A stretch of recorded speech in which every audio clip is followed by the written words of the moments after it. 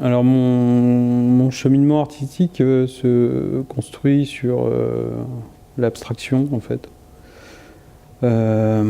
C'est une forme d'intuition qui est mise en forme à travers la peinture, dans un premier temps, et enfin non, dans un temps, c'est clair, c'est de la peinture. Avec les années, j'ai dérivé vers des créations numériques, toujours abstraites, mais qui intègrent aussi de la peinture. Et finalement, je ne fais plus vraiment de distinction entre des productions picturales, traditionnelles, on va dire, et des productions numériques. On va dire que le véritable engagement, il se fait dans les années 90, plus particulièrement en 97. Et là, je commence j'ai un besoin, c'est de créer des grands formats. Voilà, des grands formats sur lesquels je dépose des peintures, en fait, des peintures liquides. Un peu, je parlerai de qui? De Jackson Pollock, de Debré, de Zawuki. Je suis pas mal inspiré par les artistes de l'école de New York. Il y a aussi Frank Stella. Voilà, j'ai ce besoin de créer, mais quelque chose de complètement abstrait, avec une matière qui finalement qui est fluide. Et cette fluidité, elle amène un peu une idée de lâcher prise, de non-contrôle. D'aller vers... Et en même temps, plus on fait, plus on rentre dans une forme de contrôle. Au début, on est dans une sorte d'expérimentation, et puis cette expérimentation devient une façon d'écrire qu'on arrive à anticiper. Je pars du principe que l'humain est avant tout un créateur. La vie est un principe créateur. Donc, c'est une singularité. Enfin, la nature est créatrice, quoi, mais elle s'engendre elle-même, et l'humain, l'homme, il a cette capacité, cette singularité de produire de l'art. Mais l'art, il est à tous les niveaux. Il est dans l'art de vivre, il est dans la création permanente, se réinventer chaque jour, recommencer. Et même après, comme il y a un processus particulier de création, il y a même le questionnement qui intervient. Le questionnement sur comment, pourquoi, comment c'est fait. Enfin, c'est quoi...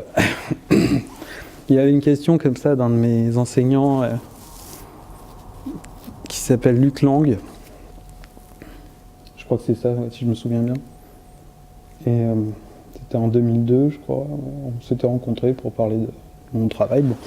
Et à l'époque, il m'avait dit, mais ça veut dire quoi de faire de la peinture en 2002, quoi. Qu'est-ce que ça veut dire de d'être peintre en 2002? Et c'était la seule question de l'entretien.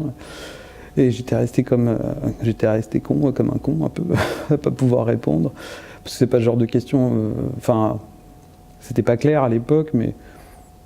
Ouais, c'est quoi la peinture, c'est quoi les images, c'est quoi... à la limite, on s'en fout, finalement, ce qui compte, c'est de fabriquer... moi, ce qui compte pour moi, c'est de produire quelque chose qui vient de mon interaction avec le monde, en fait. Voilà, parce que c'est moi... c'est moi qui les produis, mais après, il y a tout ce que je vis dedans. Elles sont liées à tout le continuum, tous les gens que je rencontre, tous les gens que...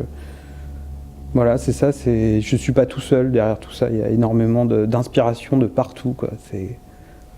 Je pourrais faire une liste pour remercier au quotidien tout ce qui m'a inspiré, que ce soit mes proches, que ce soit les lectures, les auteurs, les musiciens, même les choses très anecdotiques que je croise au fil du temps. Voilà, c'est tout ça qui me donne... Aujourd'hui, je peux partir d'une tâche. Alors ça, c'est génial aussi avec ce qu'on utilise aujourd'hui comme outil. C'est qu'on peut partir d'une tâche et créer un univers à partir de cette tâche. Et j'aime beaucoup cette idée de l'immense, du minuscule, du haut, du bas, de tout ce qui est en haut et comme tout ce qui est en bas, ce qui est en haut et ce qui est en bas. Enfin, voilà, c'est-à-dire que nous, on crée des passerelles. Voilà, les artistes, on crée des passerelles et après, on donne à voir ces expérimentations. Voilà, je sais pas, il n'y a pas de... Mais voilà, la contemplation, en fait, le contemplastique, l'idée c'est ça, c'est de laisser les gens libres d'y voir ce qu'ils veulent. Voilà. Il n'y a pas forcément une trame, évidemment, si je vais changer, expliquer mon travail. Bon, c'est toujours intéressant, mais ce qui est plus intéressant, à la limite, je pourrais faire l'inverse. C'est-à-dire les laisser, moi, leur dire, bon, voilà, qu'est-ce que vous y voyez, parce que ça peut être aussi une source de rebond et d'inspiration supplémentaire. Quoi, voilà. Enfin, je me vois pas produire quelque chose sans les autres, en fait. Enfin, cette production, elle est liée aux autres. Voilà. Et puis en plus, de par mon travail, voilà, j'ai un lien avec les gens très particuliers. Je les observe beaucoup, en fait, dans mon travail d'enseignant au quotidien. Je passe ma vie à ça. Je passe ma vie à les observer. À observer leur façon de faire les choses, leur façon de... Et après, voilà, guider ou pas guider, mais pas trop intervenir, mais beaucoup d'observation. Il y a le temps d'observation et le temps de production.